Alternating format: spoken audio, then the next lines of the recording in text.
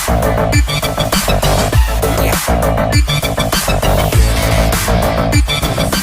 Dear student, कैसे हो सब लोग। मैं डीआरएक्स दिवेश पाल और आज की क्लास में आपका बहुत बहुत स्वागत है। जैसा कि आपको पता है, हम लोग पढ़ रहे हैं चैप्टर पुष्पी पादपों में लैंगिक जनन। कौन सा पढ़ रहा है? पुष्पी पादपों में लैंगिक जनन। बहुत सारी बातें पहले कर चुके हैं।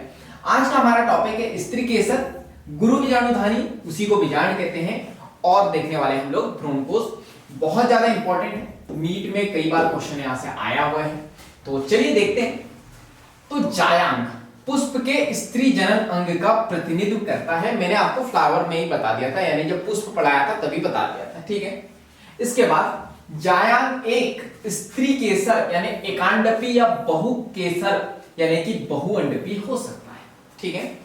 तो देखो क्या समझ में आया, जायांग एक स्त्री केसर, ठीक है, यानी कि उसमें एक स्त्री केसर भी हो सकता है, बहुत सारे भी हो सकते हैं, यानी जो ये अंडप है एकांडपी यानी एक अंडप भी हो सकता है, दो भी हो सकते हैं, बहुत भी हो सकते हैं। तो याद रखना एकांडपी यानी एक, बहु स्त्री केसर यानी बहुत सारे स्त्री केसर होंगे तो उसको क्या कहेंगे? बहुअंडपी। क्लियर है? जहां पर ये एक से अधिक होते हैं वहां स्त्री केसर आपस में संगलित होते हैं, यानी कि युक्तांडपी होते हैं। युक्तांडपी का यानी युक्त, आपस में युक्त होते हैं, जुड़े होते हैं। क्लियर है? चित्र में बताया गया, अभी देखेंगे। या फिर से आपस में स्वतंत्र होते हैं, यानी कि बहुत सारे होते हैं लेकिन खुले हुए रहते हैं, तो उसको कहते हैं वियुक्तांडपी। क्लियर है? ये भी डायग्राम में दिया है। प्रत्येक स्त्री केसर में 3 भाग होते हैं, ठीक है।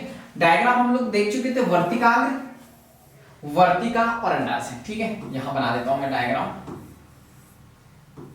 क्या क्या होता है? वर्तिकाग्र, तो ये होता है वर्तिकाग्र, ठीक है। ये होती है वर्तिका। वर्तिका अगर किसी का नाम हो तो कॉन्ग्रेचुलेशन। और यहां पे एक होता है अंडाशय, ठीक है। तो ये याद रखना 3 भाग होते हैं इसके।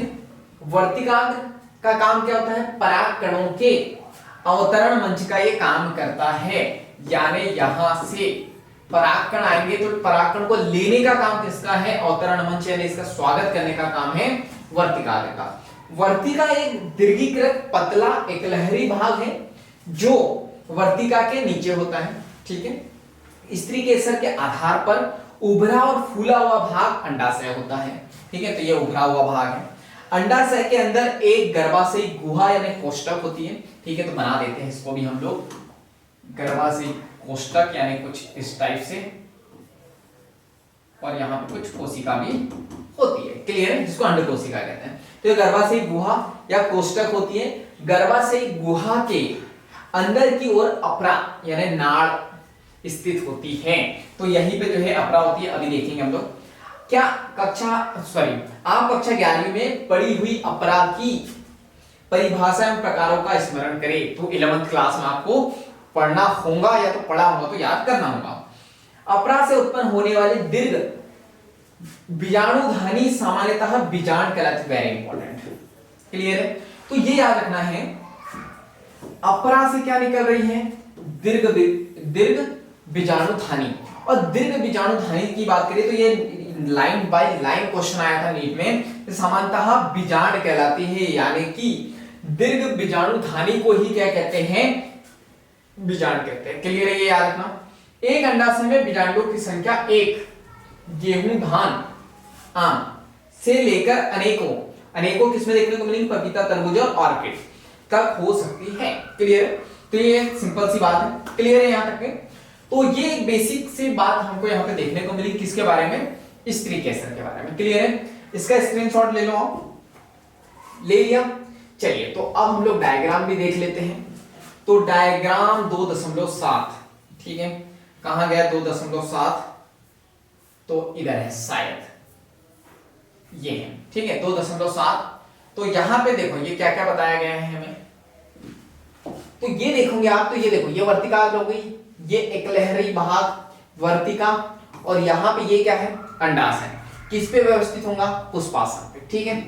आंख गुड़हल के एक उच्छेदित पुष्प में स्त्री केसर का प्रदर्शन, अन्य पुष्पी अंग निकाले गए दर्शाया गया है, ठीक है। बी में क्या दिया है?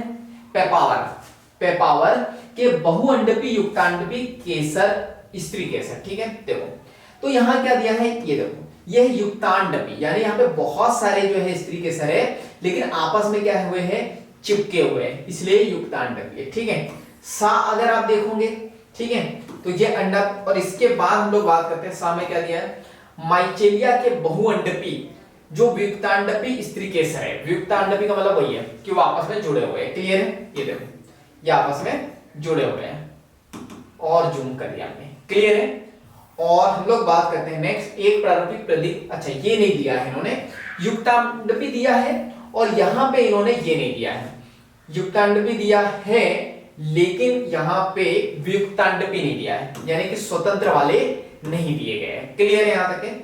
चलिए तो अब हम लोग यहां पे बात करते हैं, तो ये किसका डायग्राम है, ये है बीजांड का। सो 1 मिनट, ये है द एक प्रारूपिक प्रतीक बीजांड का। तो देखो बीजांड का डायग्राम बहुत ज्यादा इंपॉर्टेंट है, यहां से ही आपको सारी चीजें आगे की समझ में आएंगी क्योंकि सारी चीजें यही होंगी। क्लियर है, तो देखो हम लोग यहां पे बात करते हैं, तो देखो यहां पे क्या है, एनसीईआरटी में डायग्राम ऐसा दिया है, ठीक है, वैसे डायग्राम होता ऐसे है। क्लियर है, अधिकतर बुकों में ऐसे है, एनसीईआरटी में ऐसे दिया हुआ है। क्लियर है, तो यहां पर हम लोग बात करते हैं, ये है हाइलम, ठीक है, और यहां पे आप देखो सबसे पहले तो बात करो, देखो ये अंदर एक संरचना है और ये पूरी तरीके से कवर्ड है। ये देखो यहां से लेके यहां तक ये पूरी तरीके से कवर है, ठीक है, लेकिन ये बीच का भाग खुला हुआ है। क्लियर है, तो इसको क्या कहते हैं हम लोग, इसको कहते हैं बीजांड द्वार। क्लियर है, क्या कहते हैं, बीजांड द्वार। सिरा कौन सा है, बीजांड द्वारी सिरा है। क्लियर, जहां पे खाली स्थान है, ठीक है, ये वाला फ्यूनिकल भाग वाला भाग होता है। क्लियर है, इसके बाद में ये बाह्य आवरण, ये अंतः आवरण। क्लियर है, अंदर वाले ये भाग को क्या कहते हैं, बीजांड काय। वेरी इंपॉर्टेंट, अभी थ्योरी में भी देखेंगे, पूरा खाना जो फूड भंडार है वो बीजांड काय में ही होता है, और ये होता है भ्रूण कोश। क्लियर है, तो ये याद रखना, ये क्या होता है, भ्रूण कोश, इसके अंदर रहेगा भ्रूण, जो आगे जाके भ्रूण कोश ही किसमें परिवर्तित हो जाएगा, भ्रूण में। क्लियर है यहां तक के। चलिए तो हम लोग बात, अच्छा ये वाला भाग कौन सा है, चैलेजल सिरा, चैलेजा एंड कहते हैं इसको, यानी कि निभागी सिरा। ये निभागी सिरा है जहां पे आवरण है, इसके अपोजिट में जहां पे आवरण नहीं है ये बीजांडी सिरा है। क्लियर है, दो आवरण है, बीच में होता है बीजांड काय और अंदर क्या होता है, भ्रूण कोश। क्लियर है, अभी थ्योरी पढ़ेंगे तो और भी अच्छे से समझ में आ जाएगा। क्लियर है, चलिए तो आज के लिए इतना ही। जल्दी से चैनल को सब्सक्राइब कर दो, बेल आइकन को दबा दो ताकि ऐसे वैल्यूएबल वीडियो की नोटिफिकेशन टाइम टू टाइम आपको मिलते रहे। अगर इस क्लास से आपने कुछ भी सीखा हो तो वीडियो को लाइक कर दो, कमेंट्स करके बताओ मुझे कि क्या सीखा है आपने और आगे क्या सीखना चाहते हो, और इस वीडियो को ज्यादा से ज्यादा शेयर कर दो क्योंकि जब हम दूसरों की हेल्प करते हैं तो ये नेचर हमारी हेल्प करता है। बाकी हम लोग मिलेंगे नेक्स्ट क्लास में इस तरह हंसते हुए, मुस्कुराते हुए, लाइफ में आगे बढ़ते हुए, कुछ नया नया सीखते हुए। जब तक के लिए thank you so much, bye bye and go for success.